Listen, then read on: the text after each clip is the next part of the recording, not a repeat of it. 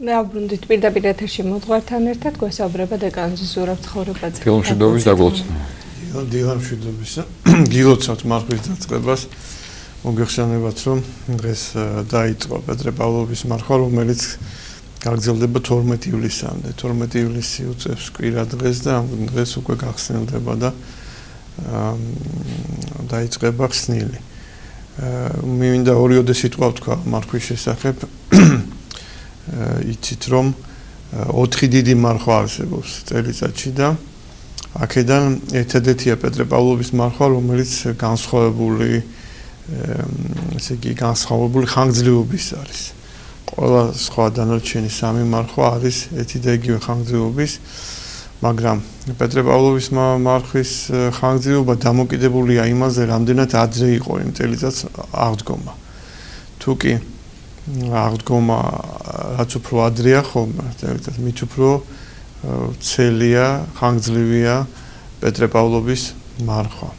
თუ გვიან იყო, მაშინ მარხვის ხანგრძლივობა მოკლდება. და ეს მარხვა, ისე როგორც ყველა სხვა მარხვა ძალიან მნიშვნელოვანია, ჩვენ ხშირად ესეთ რამეს ვხედავთ ხოლმე, რომ აი დიდ მარხვის მიმართ უფრო ესეთი დამოკიდებულება სწორიც არის დიდ მარხვა განსაკუთრებული მარხვაა უფრო მკაცრი და უფრო მეც მოითხოვს ადამიანისგან, მაგრამ ყველა სხვა მარხვაც ესე მარხვა არის და ამის მიმართაც ადამიანები ესე მომზადებულები უნდა იყვნენ და განწყობილები უნდა იყვნენ, რომ რაც შეიძლება გულმოდგინეთ იმ მარხვებთან და გულმოდგინეთ წარმართონ მარხვის დღეები. საერთოდ ის თუ როგორია ჩვენი ცხოვრება, ჩვენი სულიერი ცხოვრება, ამაზე ბევრადაა დამოკიდებული ის თუ როგორ მარხულობ ჩვენ. როგორია ჩვენი მარხვითი განწყობა და საერთოდ როგორია დამოკიდებულება მარხვის მიმართ. ხა დღეს ჩვენ ხედავთ ის რომ მარხვის პირველი დღეა და შეიძლება ისე შესაფერისი არ იყოს მასე საუბარი, მაინც გვინდა გავაგრძელოთ ერთი თემა, რომელიც 2 კვირის წინ დავიწყეთ, დღეს გვინდა დავასრულოთ. იმიტომ რომ ძალიან დიდი ინტერესი გამოიწვია მაშინ ამ საუბარმა და გარდა ინტერესისა ჩვენ მაშინ ვერ შევძელით ბოლომდე დაგვესრულებინა საუბარი, ძალიან ძველი თემა გახალთ. ეს არის ფაშიზმის რელიგიური, მაგიურ-ოკულტური ფესვები. ხა შეიძლება მინიმუმ თქვას რომ რა საჭიროა ახლა ამაზე ესეც საუბარი, მაგრამ ესე მარტივად არ გახავთ საქმე. ჯერეთი აი საშინელი მოვლენა, რასაც ერქვა ფაშიზმი და რამაც მე-20 საუკუნეში მოიტანა ათეულ მილიონობით მსხვერპლი, პირდაპირ განადგურდა ათეულობით მილიონი ადამიანი და ამის გარდა დაინგრა კიდევ უფრო მეტი ადამიანის ცხოვრება, ესე იგი მთელი ოჯახების ცხოვრება, ბედი ადამიანის ბედი შეიცვალა, ბევრი ადამიანის ბედი. და ბუნებრივი ამას სჭირდება კვლევა, ამას სჭირდება ჩაღრმავება, რატომ მოხდა ეს და რაში იყო მიზეზი. ჩვენ თქვით, რომ ფაშიზმის სურვილი იყო ძველი ოკულტურ-მაგიური იდეების აღორძინება. მათ მიაჩნდათ, რომ ესე იგი იუდაურ ქრისტიანული ცივილიზაცია რაღაცნაირად შეაფერხა, ტაბუირება მოახდინა ამ ძველი ცოდნისა, ძველი გამოცდილებისა, საკუთრებრივი გამოცდილებისა, რომელიც მთელ მსოფლიოში იყო გავრცელებული და ამიტომ საჭირო იყო აი ამის აღორძინება და ამის განახლება. და მაშინ, როდესაც ისინი ხელისუფლებაში მოვიდნენ 30-იან წლებში, თქვენი 1933 წელს მოვიდნენ ფაშისტები ხელისუფლებაში, ძალიან იშვიათი იყო იმათი მცდელობა, რომლებიც წერდნენ, ამბობდნენ, საუბრობდნენ, ლაპარაკობდნენ იმის თაობაზე, რომ აი სწორედ მათი მოსვლის შემდეგ გერმანიის ცაში ჯვარი ჩაანაცვლა სვასტიკამ. ხოლო სახარებისეული ჭეშმარიტები კი აბსოლუტურად უარყოფილი იყო. ანუ ეს ხმები იყო, ამაზე საუბრობდნენ, მაგრამ ეს იყო ძალიან იშვიათი ხმები და იშვიათი, ასე ვთქვათ, ძალიან ცოტა ადამიანი საუბრობდა ამაზე და ისე ცოტა ისმენდა ამას. როგორც ჩანს, რაღაც აი ქრისტიანული სიფხიზრე მოდუნებული იყო მაშინ საზოგადოებაში და ეს ძალიან მნიშვნელოვანია, ეს საკეკი და კვლევის საგანია, რატო, როგორ მოხდა, რომ ესე იგი ასე შიშველ ნიადაგზე არ მოდის ხოლმე ამ ხელა განსაცდელი. ისევე როგორც ახლა საბჭოთა ხელისუფლება შიშველ ნიადაგზე არ მოსულს, რაღაცა მაინც შეამზადა ეს ყველაფერი.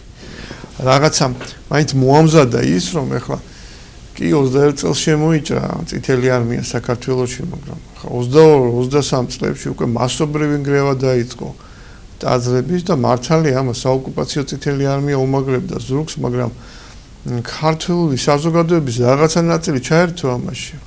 რაც კიდე დაარქვით იმ ხალხს დეკლასირებული ასოციალური, რა ვიცი, ნახევრად კრიმინალური ჯგუფები თუ კიდევ სხვა, მაგრამ ფაქტი ფაქტად რჩება. ამიტომ ყოველთვის მნიშვნელოვანია ხოლმე ფესვების განხილვა და ფესვების მონახვა, რატო საიდან მოდიოდა ეს ყველაფერი.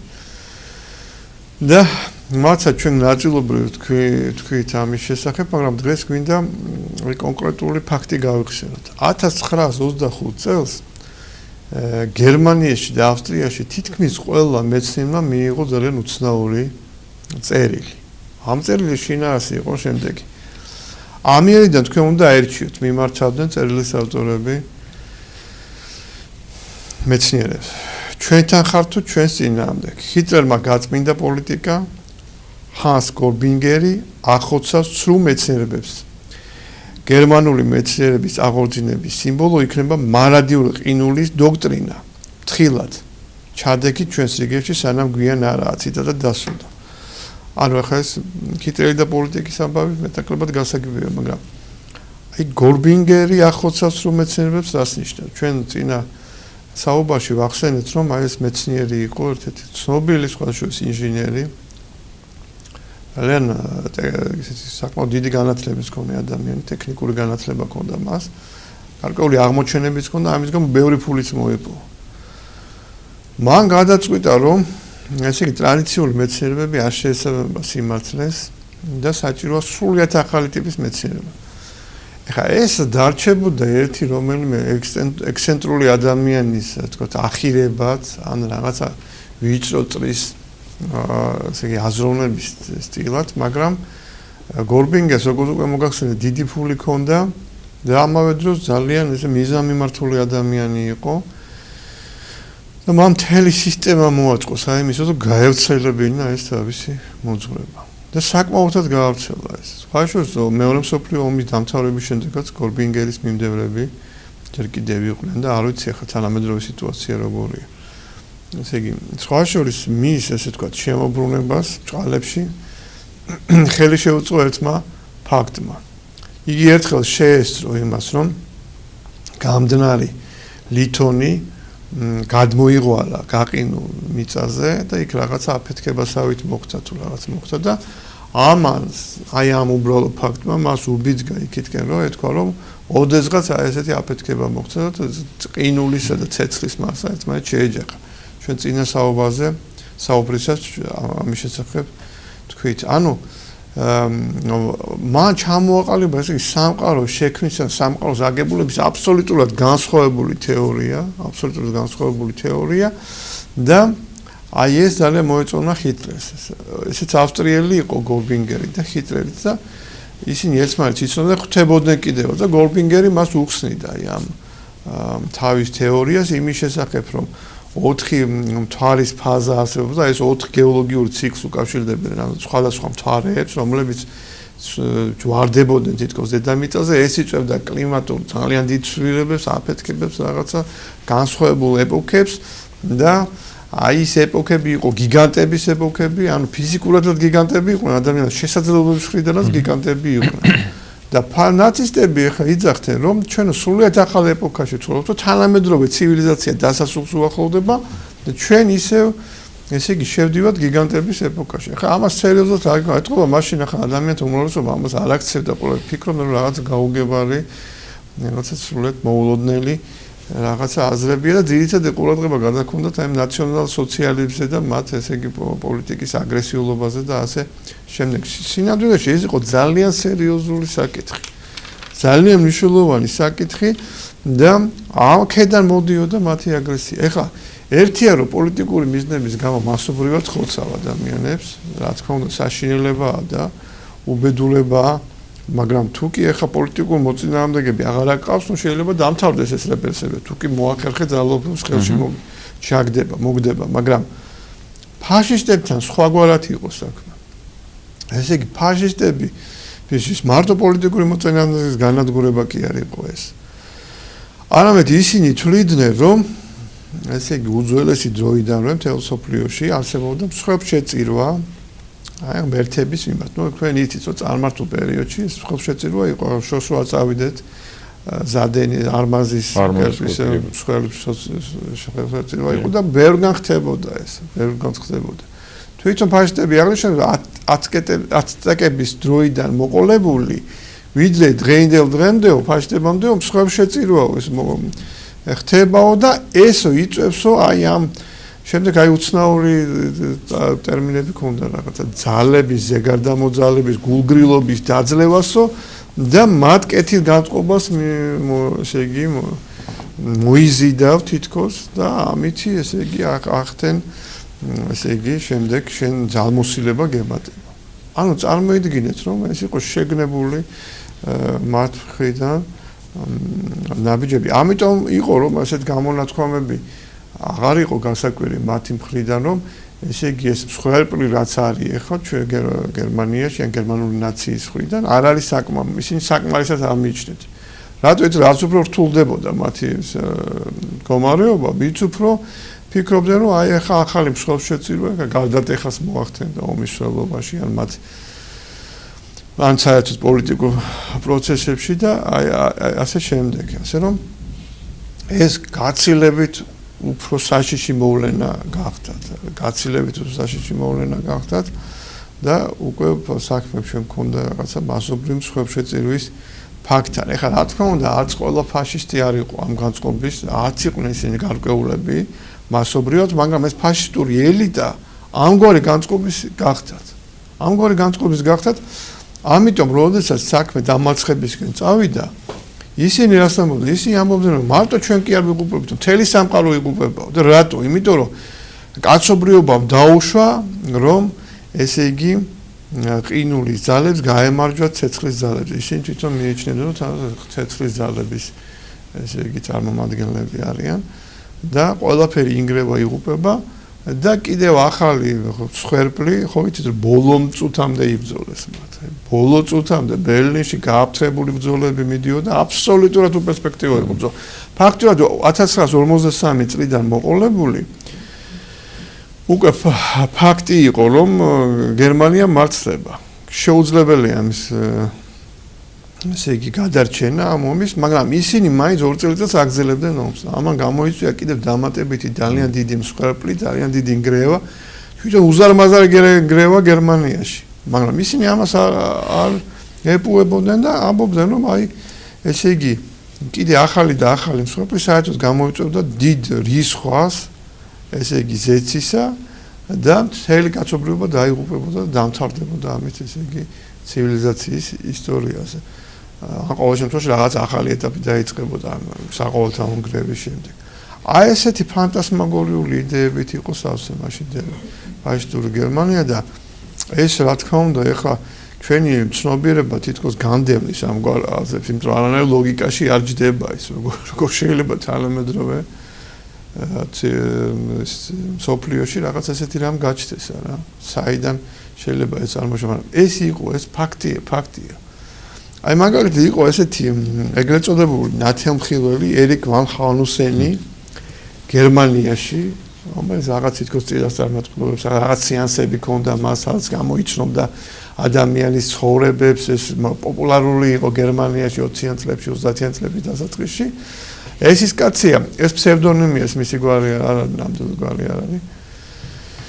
და ეს კაცია, რომელმაც თითქოს იწინასწარმეტყველა, რომ რაიხსტაგი დაიჭრებოდა და ამ რაიხსტაგის დაწვას ესე იგი საშუალება მისცემდა ეს ფაქტი საშუალებას გერმანელ ფაშისტებს, რომ პოლიტიკური რეპრესიები ჩაეტარებინათ.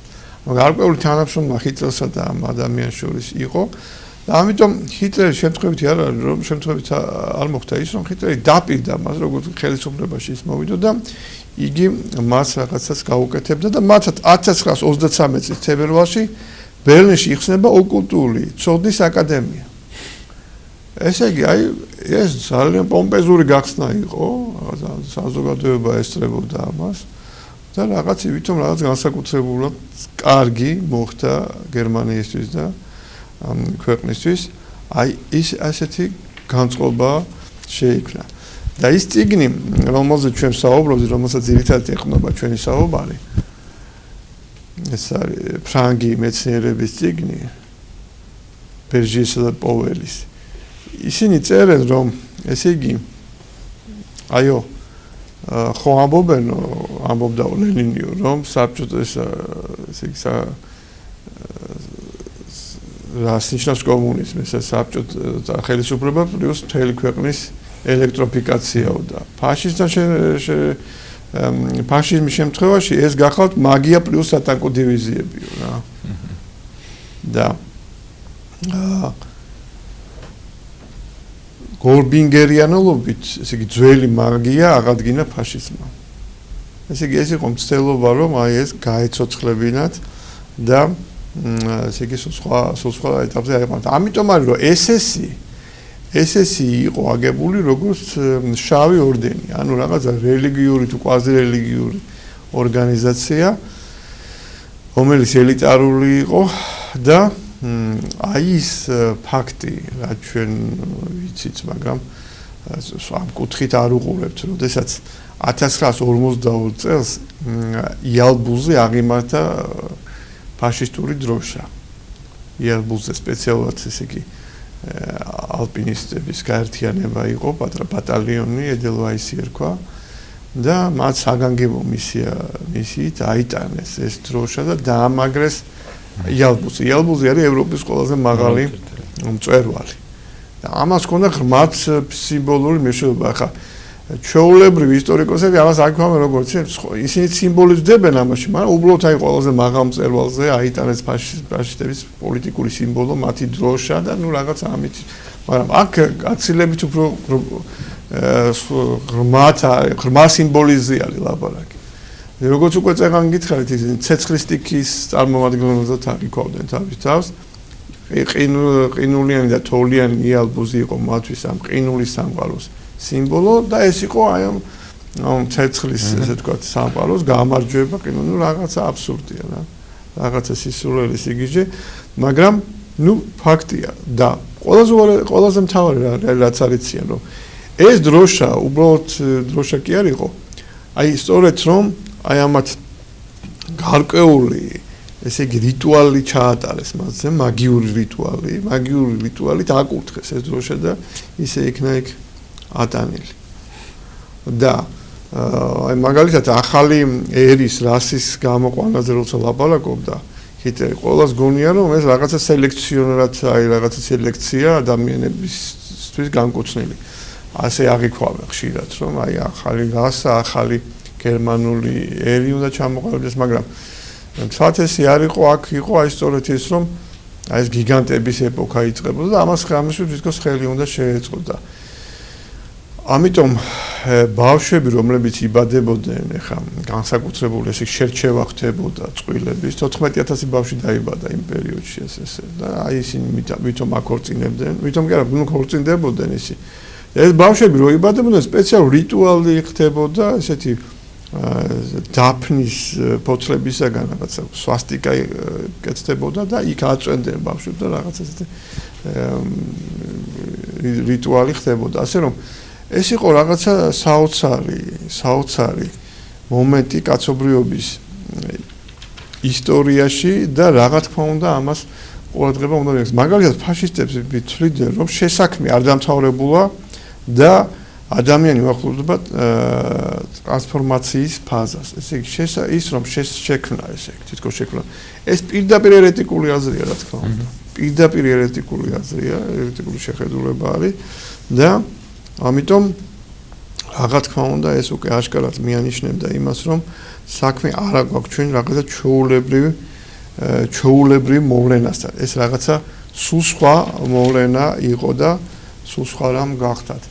ამიტომ ეს მე ვფიქრობ, რომ ამ ხრივ ძალიან საინტერესოა ეს კვლევა ფაშიზმისა, მაგრამ ამას ძალიან სერიოზული და დიდი ინფორმაციის დამუშავება ჭირდება და ამას ჭირდება სწორედ რომ რელიგიური აზროვნება, სხვანაირად ამას ვერ გავიგებთ.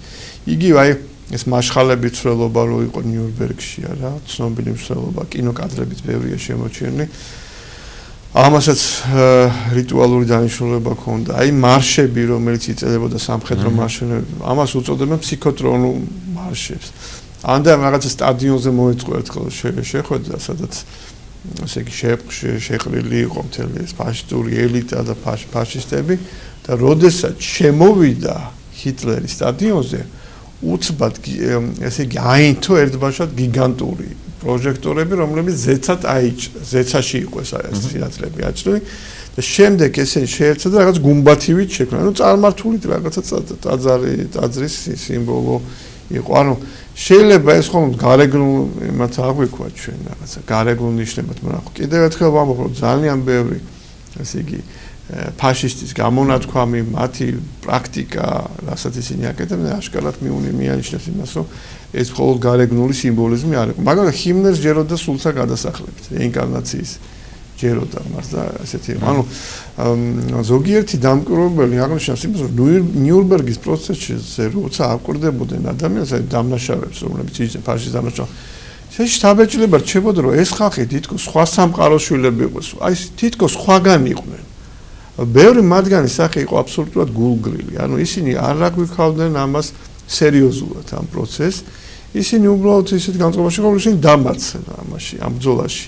ეს ერთ-ერთი ეს კონდათ, მაგრამ დანაშაულის შეგრძნება, რაღაცა გააზრება მასშტაბისა, რომ საშინელებებს მათ არ აქონდა და ეს ძალიან ბევრს აკვირვებდა. ეს ძალიან ბევრს აკვირვებდა, მაგრამ სწორედ ეს გახალთ ის მიზეზი ამ გაკვირვების, რომ თუ კი არ იცი, ესე იგი, ეს მხარე ფაშისტური მოძრაობისა, მაშინ რა თქმა უნდა შენ ვერ გაიგებ იმას, თუ რატო იყო ეს, რატო აკეთებდა ეს ხალხი ამას და რატო იყვნენ შემდეგ ისინი ამ მდგომარეობაში. ერთ-ერთი პირადი ექიმი, მასაჟისტი ჰიმლერის, რომელიც ესე თეთმაგს უწოდებდა თავის თავს, რაღაც ესეთი თვლიდა, რომ რაღაც განსაკუთრებული მუხტი ჰქონდა მის. ეს იგონებს ასეთ საინტერესო რამეს. ერთხელ მივიდა მასთან ჰიმლერი და ეუბნება, რომ ძალიან დაცგუნული ვარ და დეპრესიაში ვარ და ეხლა მას მოგონებაში უწევდა რა ნუ თუ ისო დაეჭდაო გერმანიის გამარჯვებაში ეს შერადრეული ეპოქა ან რაღაცნაირად აი ამ დიდმა კატაკლიზმებმა და უბედურებებმა და ამდენმა მსხვერპლმა რაღაცა მასზე იმოქმედესო. არა და ახლა რას ყვება ჰიმლერი რას უყვება მას რომ 1942 წელს ჰიტლერი მიხვდა რომ ესე იგი მისი აზრით რომ სანამ არ განადგურდებიან ებრაელებიო მანამდე მშვიდობა და ესე იგი რაღაცა ეტაპები იყო ამათი განვითარების რაღაც ეტაპზე გადასახლებას უპირებდნენ და რაღაცას და მე უკვე გადაწყვიტეს საბოლოოდ განადგურებინათ და ეთყობაო ახლა ამან იფიქრა ექიმა რომ ალბათ აი და მეო დამავალაო რომ გავანადგურო მილიონობით ებრაელები და ალბათო თქვენო შეწუხდით ესე უნება რომ ალბათო თქვენთვის მძიმეაო ესო ამ ხელა სისხლი უნდა დაღვაროთო და ეს გგუნავთო და არაო ეს არაო მეო იმდენი საქმე მაქვს ისედაც იმხელა ტვირთი მაწევსო და კიდე აი ამ დროსო ფიურერის მხრიდანო ესეთი დავალება არაადამიანური იყო ჩემთვის ესე იგი აი აბსოლუტურად ეს გაოგნებული ეს თეთრი მაგით კი არის გაოგნებული რომ ესე იგი ადამიანი იმას კი არ დარდობს რომ ამ ხელა საშინელების წინაშე დგას რომ მილიონობით ადამიანის განადგურება დაავალეს მას არამედ იმას რომ ის არის ძალიან დაძაბული შრომითი გრაფიკი აქვს და კიდე დამატებით რაღაცა ტვირთის მასზე დადება არის წარმოუდგენელი და ეს მაგრამ შემდეგ ნანობს და რატო არის დადგუნული რომ მაინც მე ესო გამოვხატეო ფიურერის წინაშე და მე გაღიზიანდაო და მე როგორ მივეჩი ჩემ თავს უფლება რომ წუთიერი სისუსტე გამომევლინო აი ასეთი მდგომარეობა ოფიციალურად მაგრამ ასტროლოგიის მოყვარულებისთვის მინდა კიდე ერთი რამ თქვა ზოგიერთი რომ ესე იგი დღესაც ამის მიმდევარი ეს იყო ძალიან მიღებული ფაშისტები ოფიციალურად აკრძალული ჰქონდათ მაგრამ ყველა ფაშისტ რეგისტრს ყავდა თავის ასტროლოგი, პირადი ასტროლოგი. და ჰიტლერმა ყველას გადააჭარბა მისი პირადი ასტროლოგი, რომელსაც ატომას ფიურერი ერქვა, სახელად. მიანიჭა საგანგებო წოდება მათემატიკის, ფიზიკისა და ასტრონომიის სრულად მცოდნე. ესე იგი რაღაცა სიგიჟე.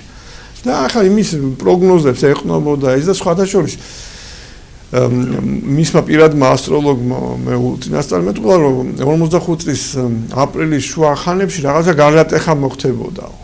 ხა უკვე ესე იგი უკვე ბერლინს არის მომდგარი ჯარი, ალყაშია ბერლინი და ეხლა ჰიტლერს მაინც რაღაცების იმედი აქვს. და ამ დროს გარდაიცვლება რუზველტი და ის იფიქრებს რომ ესა დასაწყისი გარდატეხის. სინამდვილეში რა თქმა უნდა არანაირი გარდატეხა არ მომხდარა და ბოლომდე იქნა განადგურებული გერმანული ფაშიზმი და რა თქმა უნდა აი ის ატმოსფერო რაც მაშინ იყო აი ძალიან მძიმე და საშინელი და ეს რა თქმა უნდა კარგია რომ ეს ვიცოდეთ აი ამ კუთხითაც. ჩვენ შევეცდებით რომ მომავალში ვილაპარაკოთ უკვე კომუნისტების ბოლშევიკების ისეთ სწორედ იმ კვაზირელიგიურ შეხედულებებზე რომელიც ასევე საინტერესოა. დიდი მადლობა, მოწურებ შეგახსენებთ გვესაუბრებთ დეკანოზის ზურაბ ცხოვრებაზე.